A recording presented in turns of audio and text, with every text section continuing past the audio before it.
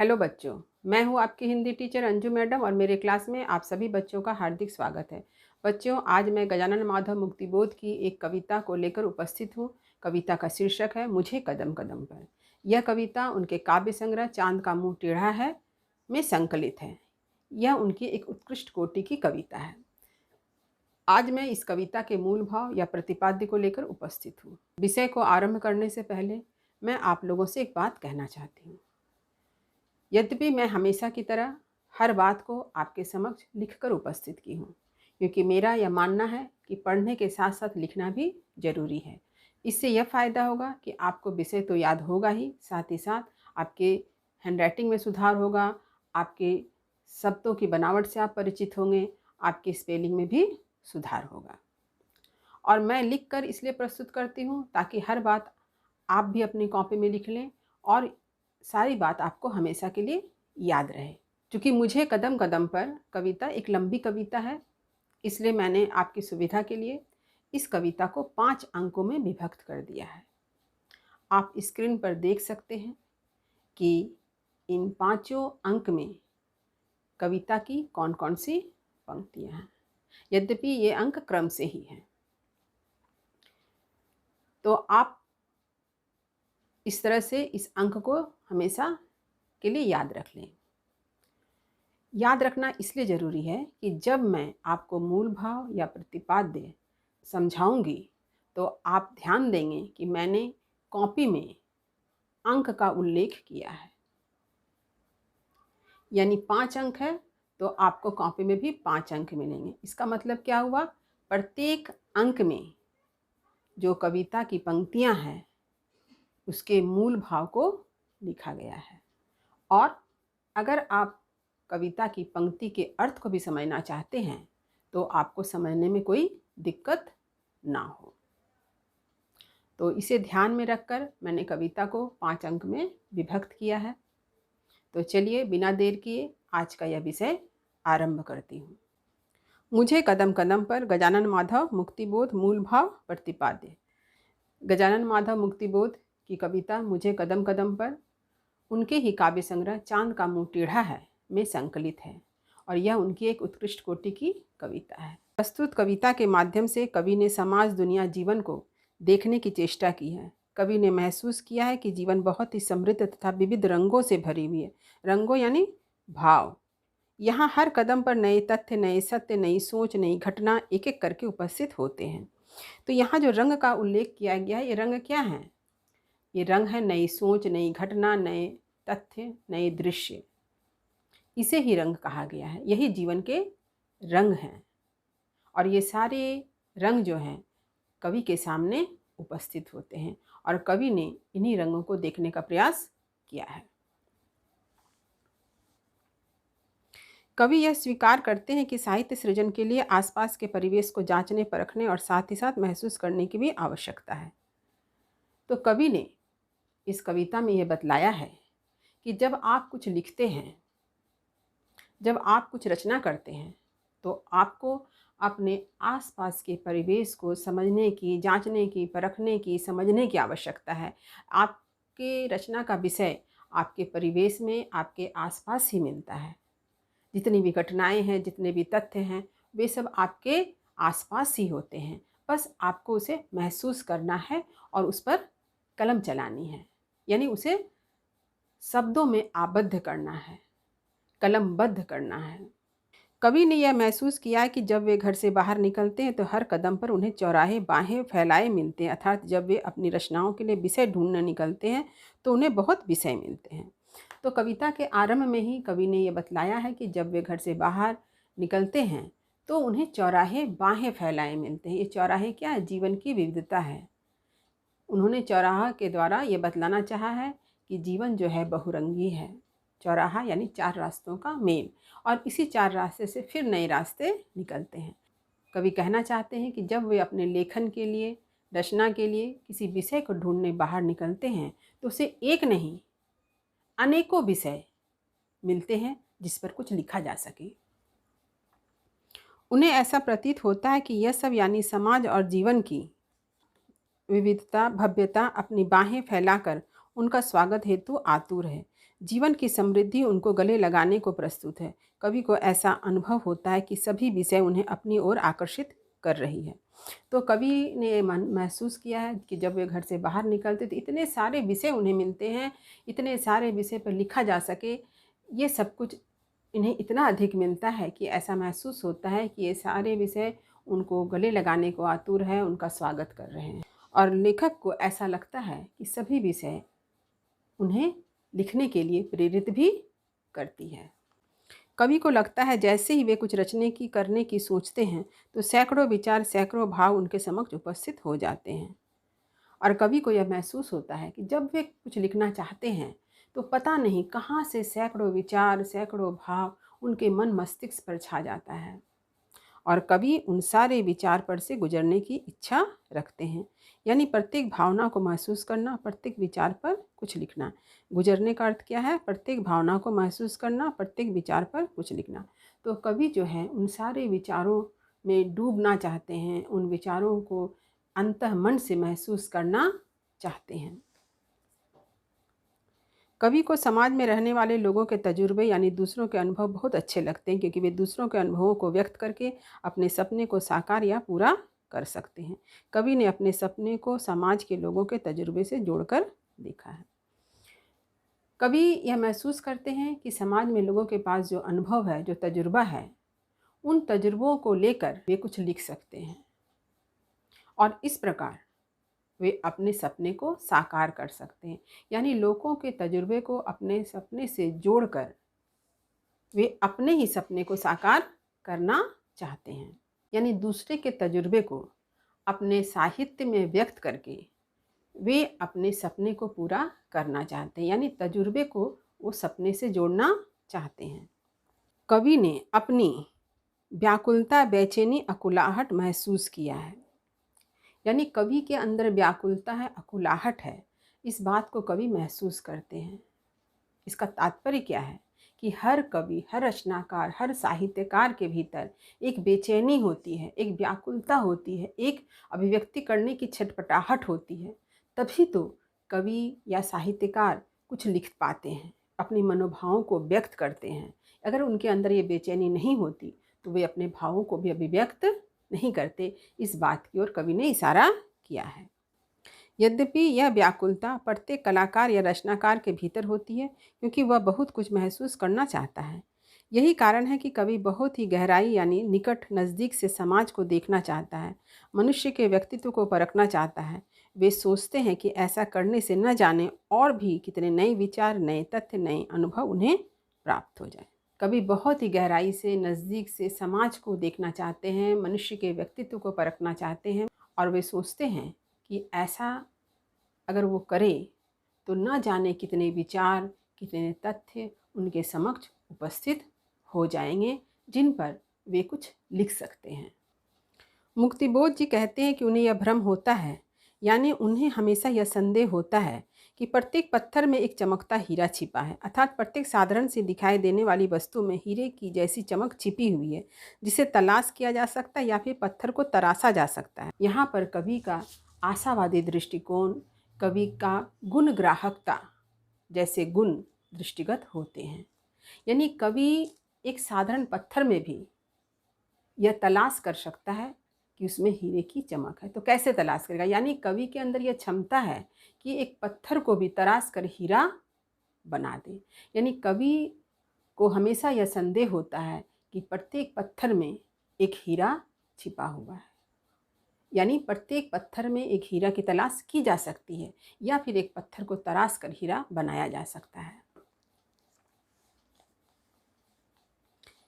कवि यह भी महसूस करते हैं कि प्रत्येक व्यक्ति के भीतर एक आत्मा या चेतना है, जिसमें वेदना और पीड़ा है और वह अपनी वेदना को व्यक्त करने के लिए अधीर है, बेचैन है। कवि ने यह भी महसूस किया है कि हर व्यक्ति के भीतर एक बेचैन आत्मा है, एक ऐसी आत्मा है जिसमें पीड़ा है, कष्ट है, व्यथा है, जिसे महसूस किया जा सके। कवि यह भी महसूस करते हैं कि हर मुस्कुराहट के पीछे व्यथा, करुणा, पीड़ा छिपी हुई है। यह कोई जरूरी नहीं कि जो व्यक्ति हंस रहा है उसे कोई दुखी ना हो। यहाँ करुणा, कष्ट को सदा नीरा कहा गया है कि हर व्यक्ति के मुस्कुराहट के पीछे करुणा की नदी छिपी है, जिसमें हमेशा स्वच्छ जल भरी होती है। तो ये सदा नीरा का अर्थ क्या हो गया कि करुणा की नदी जिसमें हमेशा स्वच्छ जल भरी होती है। कवि यह भी महसूस करते हैं कि हर मुस्कुराहट के पीछे एक वेदना, पीड़ा, कष्ट होती है। हम किसी व्यक्ति को मुस्कुराते देखते हैं तो यह न सोच लें कि वह व्यक्ति बहुत प्रसन्न है। उसके मुस्कुराहट के पीछे कोई दर्द भी हो सकता है, कोई दर्द की कहानी भी हो सकती है। इस बात की ओर कवि ने इशारा किया है। कवि को यह भी भ्रम होता है कि प्रत्येक व्यक्ति की वाणी शब्दों में इतनी अधिक वेदना भरी हुई है कि उन विचारों से महाकाव्य की रचना हो सकती है। कवि को यह भी भ्रम होता है कि लोगों की वाणी में इतने कष्ट, इतनी वेदना, इतने दर्द है, अगर आप उनको महसूस करें और महसूस करके लिख सकें तो एक महाकाव्य भी आप लिख सकते हैं, एक महाकाव्य की भी रचना हो सकती है। यहाँ कवि यह कहना चाहते हैं कि यदि जीवन को निकट से अनुभव किया जाए तो तुच्छ से तुच्छ वस्तु में कीमती विचार तलाश किया जा सकता है। लेखक ने यह बतलाना चाहा कि यदि आप जीवन को निकट से अनुभव करें तो आप छोटे से छोटे, साधारण से साधारण, तुच्छ से तुच्छ वस्तु में भी एक अच्छे विचार को पा सकते हैं, एक कीमती विचार को भी पा सकते हैं। कवि कहते हैं कि वे समय नष्ट किए बिना ही एक ही क्षण में सबके अनुभवों को प्राप्त करना चाहता है और प्रत्येक व्यक्ति के हृदय रूपी समुद्र में डुबकी लगाकर पार आना चाहता है। इस प्रकार वे स्वयं को समाज और जीवन के प्रति समर्पित करना चाहते हैं। उनके अनुसार यह जिंदगी भी अजीब है। कवि बिना समय नष्ट किए एक क्षण में सबके विचारों को अनुभव करना चाहते हैं। वे विचार रूपी समुद्र में डुबकी लगाकर एक क्षण में बाहर निकलना चाहते हैं। वे अपने जीवन को समाज के प्रति समर्पित भी करना चाहते हैं। कवि के अनुसार जिंदगी भी अजीब है। तो इसका कारण क्या है? क्योंकि वे हर समय कुछ पाने के लिए स्वयं को जीवन के प्रति समर्पित होते हैं। साथ ही कवि स्वयं को समाज पर भी न्यौछावर करता है, इसलिए कवि की ज़िंदगी अजीब हो गई। तो कवि की ज़िंदगी अजीब होने का कारण क्या है कि वो कुछ पाने के लिए स्वयं को जीवन के प्रति समर्पित करते हैं और फिर कभी समाज के लिए अपने आप को न्यौछावर भी करते हैं। कवि घर से बाहर निकलकर अपने आप को समाज में हर ओर ले जाता है। वे बहुत बड़ी उम्मीद लेकर नहीं निकलते हैं, बल्कि मूर्ख या बेवकूफ़ बनने के लिए घर से निकलते हैं। कवि को मूर्ख या बेवकूफ़ बनकर ठगे जाने पर बहुत आनंद मिलता है, क्योंकि ऐसा करके ही समाज से नए विचार, नए अनुभव को प्राप्त किए जा सकते हैं। समाज जब उसे ठगता है, तरह तरह की चालें चलता है, तभी तो कवि समाज का जीवन असली रूप समझ पाते हैं। समाज की असलियत से उनका परिचय होता है। तो यहाँ पर देखिए, कवि जो है अपने आप को समाज में किस रूप में उपस्थित करते हैं? एक मूर्ख की तरह। क्योंकि जब वो मूर्ख और बेवकूफ़ बनकर समाज में उपस्थित होते हैं तभी उन्हें समाज का असली चेहरा समझ में आता है, समाज का असली चेहरा दिखाई देता है। कवि यह मानते हैं कि उनके भीतर ही एक ऐसा मूर्ख जो हमेशा प्रसन्नचित्त रहता है। कवि के भीतर स्थित मूर्ख व्यक्ति समाज की चालें, चालाकियों और षड्यंत्रों को देखकर इतना अधिक खुश हो जाता है कि उनकी आंखों से आंसू प्रभावित होने लगते हैं। वह हंसकर मत्त यानी पागल होने लगता है। तो कवि ने बताना चाहा है कि कवि के भीतर एक बेवकूफ़, एक मूर्ख विद्यमान है जो हमेशा प्रसन्नचित्त रहता है। और कवि का यह मानना है कि मूर्ख बनकर कि वह समाज की चालों को, षड्यंत्रों को समझ सकता है।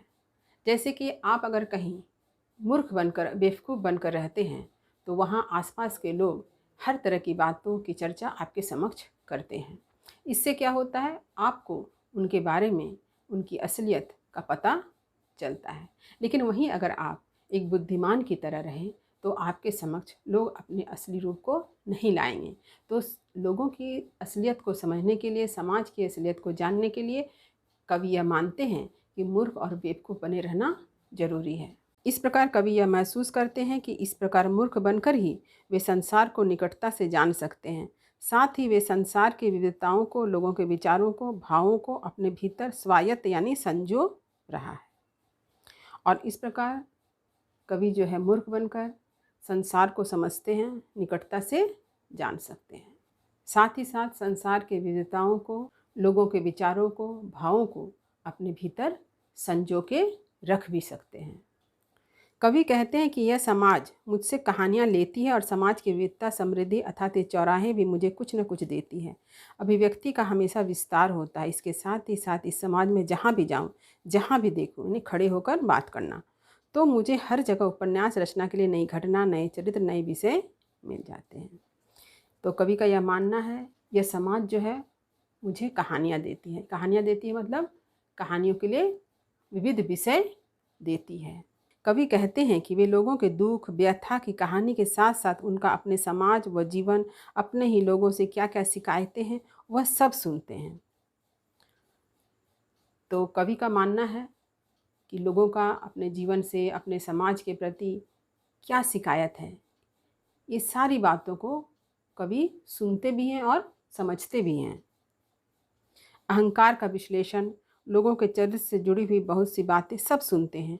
उन्होंने लोगों के इन अनुभवों की बातों की तुलना पवित्र कुरान की आयतें यानी अध्याय तथा सुर यानी छंद से की है। तो कभी लोगों के अहंकार का विश्लेषण, लोगों के चरित्र से जुड़ी हुई बातें, सब बातों को सुनते हैं और इन सारी बातों की तुलना वे पवित्र कुरान की आयतें यानी अध्याय तथा सुर यानी छंद से करते हैं। वे कहते हैं कि कविता या कोई भी रचना बड़े ही मुस्कुराहट के साथ लोगों को डांटती और समझाती है। इसके साथ ही प्रेम भरी बातें भी करती है। तात्पर्य यह है कि कोई भी रचना बड़ी ही सहजता से लोगों को प्रेरणा और संदेश देती है।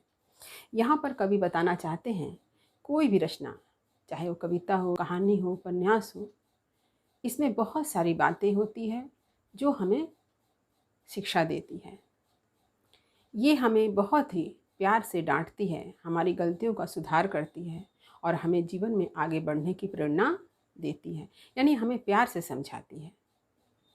तो इस तरह की प्रेरणा, संदेश जो होता है, उस साहित्य में छिपा रहता है। इस ओर कवि ने इशारा किया है। कवि यह महसूस करते हैं कि जीवन को जीना जलती हुई सीढ़ी के समान है। यानी हम मनुष्य जो जीवन जी रहे हैं, हमारा जो जीवन है, यह किसके समान है? एक जलती हुई सीढ़ी के समान है, यानी संघर्षमय है। एक साधारण मनुष्य का जन्म से मृत्यु तक का समय जलती हुई सीढ़ी के समान यानी कठिन संघर्ष से भरा हुआ है। कवि की कविताएं लोगों के जीवन और मृत्यु के बीच की संघर्षपूर्ण स्थिति को महसूस करती है और यह कार्य वह बड़ी ही श्रद्धा, आस्था, विश्वास से करती है। कवि की कविताएं ही लोगों के संघर्ष में साथ देती है, उन्हें प्रेरणा देती है। कवि का यह कहना है कि मनुष्य जन्म से लेकर मृत्यु तक जो जीवन जी रहा है, वह एक संघर्ष से कम नहीं है। वह एक कठिन संघर्षपूर्ण जीवन जीता है। इस प्रकार उस कठिन संघर्षपूर्ण जीवन को उन्होंने जलती हुई सीढ़ी कहा है। कवि की कविताएं लोगों के इस संघर्षपूर्ण स्थिति को महसूस करती है और यह कार्य बड़े ही श्रद्धा, विश्वास और आस्था से करती है। इस प्रकार कवि कहना चाहते हैं कि लोगों के संघर्ष में उनकी रचनाएं ही प्रेरणा का कार्य करती है, उन्हें संदेश देती है, उन्हें जीवन में संघर्ष करने की प्रेरणा भी देती है। मुक्तिबोध जी कहते हैं कि लोगों का दुख, वेदना को व्यक्त करने के लिए वे समाज से प्रतीक या शब्द इकट्ठा या संजो लेते हैं, पर नए प्रतीक को डर है, घबराहट है कि उन्हें स्वीकृति मिलेगी या नहीं।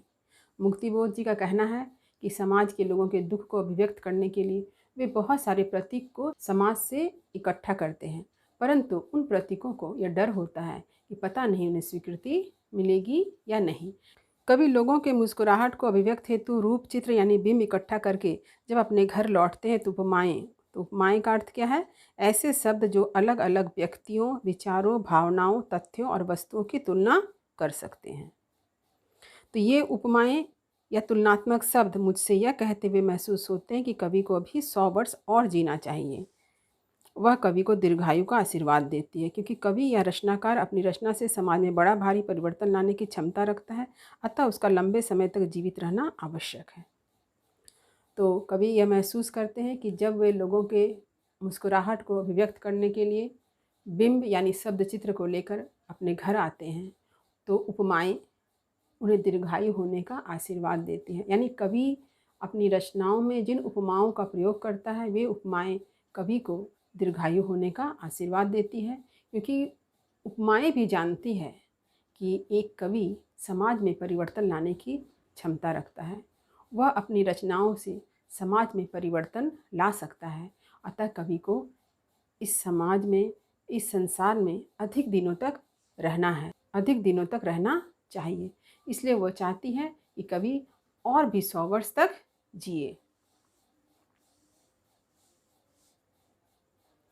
जिस प्रकार कवि को घर के बाहर चौराहे यानी विविधता समृद्धि विषयों की मिलती है, वैसी विविधता उन्हें घर के अंदर भी दृष्टिगत होती है।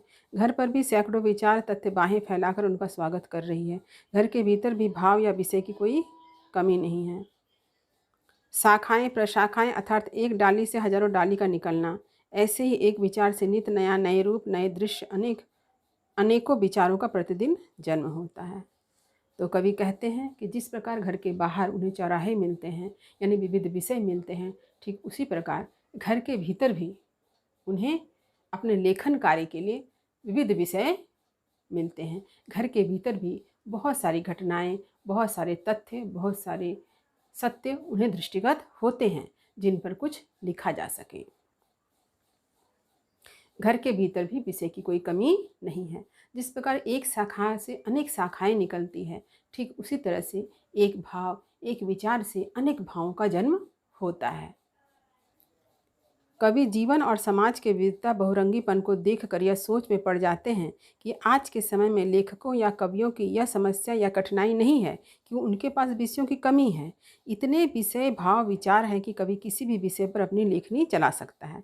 तो जीवन और समाज की इतने सारी विविधता को देखकर कवि यह कहते हैं कि आज के कवियों, आज के लेखकों, आज के रचनाकार, आज के साहित्यकारों के पास यह समस्या नहीं है कि उनके पास विषयों की कमी है। उनके पास इतने विषय हैं कि वे किसी भी विषय पर अपनी लेखनी चला सकते हैं। कवि का कहना है कि लेखकों या रचनाकारों की कठिनाई आज यह है कि उनके पास विषयों का अधिक या प्रचुरता है। तो अब यहाँ कवि क्या कहते हैं, तो समस्या कहाँ है? तो समस्या यहाँ है कि आज के कवियों, आज के लेखकों, आज के रचनाकारों के सामने विषयों का आधिक्य है, विषयों की प्रचुरता है। इस कारण वे उलझ कर रह जाते हैं और विषय का चुनाव वे सही तरीके से नहीं कर पाते हैं। और यही कारण है कि इतने सारे विषय होने के कारण वे सही विषय का चुनाव ठीक से नहीं कर पा रहे हैं, वे उसी में उलझ कर रह जाते हैं। यही कारण है कि रचनाकार का जीवन उलझन और परेशानी से गुजरता है, क्योंकि वे सही विषय नहीं चुन पाते हैं। तो यही कारण है कि एक रचनाकार का जीवन जो है एक परेशानी से, उलझन से भरा हुआ होता है, क्योंकि वो सही विषय का चुनाव नहीं कर पाता है। तो इस प्रकार मुक्तिबोध ने अपनी कविता में यह बतलाने की कोशिश की है कि कवि कर्म जो है वो इतना आसान नहीं है। कवि कर्म जो होता है वो बहुत कठिन है। किसी भी रचनाकार के लिए ज़रूरी है कि वो सही विषय का चुनाव करे, सही विषय पर कुछ लिखे, ताकि उस रचना से पूरे समाज को लाभ मिले, वह अपनी रचना से पूरी दुनिया को प्रेरणा दे सकें। इसके साथ ही साथ मुक्तिबोध ने यह भी बतलाया है कि विषयों की अधिकता ही आज रचनाकारों के लिए कठिन समस्या बन गई है। और इसके साथ ही साथ मुक्तिबोध ने यही बताया है कि आज जो इतना विषय की जो अधिकता हो गई है, विषय की प्रचुरता हो गई है, यही आज रचनाकारों के लिए एक समस्या बनकर खड़ी हो गई है। तो ये है गजानन माधव मुक्तिबोध द्वारा लिखित कविता मुझे कदम कदम पर का सारांश कहिए, मूल भाव कहिए या प्रतिपाद्य कहिए। तो उम्मीद करती हूँ यह आपको अच्छी तरह से समझ में आ गया होगा। मेरे वीडियो को सभी बच्चों में, सभी विद्यार्थियों में, सभी पढ़ने वालों में शेयर अवश्य करें, ताकि सभी बच्चे इस वीडियो का लाभ उठा सकें। जो बच्चे चैनल पर नए हैं वो चैनल को सब्सक्राइब अवश्य करें, ताकि हर नए वीडियो का नोटिफिकेशन उन्हें समय समय पर मिलता रहे। तब तक पढ़ते रहिए, जीवन में आगे बढ़ते रहिए। मेरी शुभकामनाएं आप सभी बच्चों के साथ है। धन्यवाद।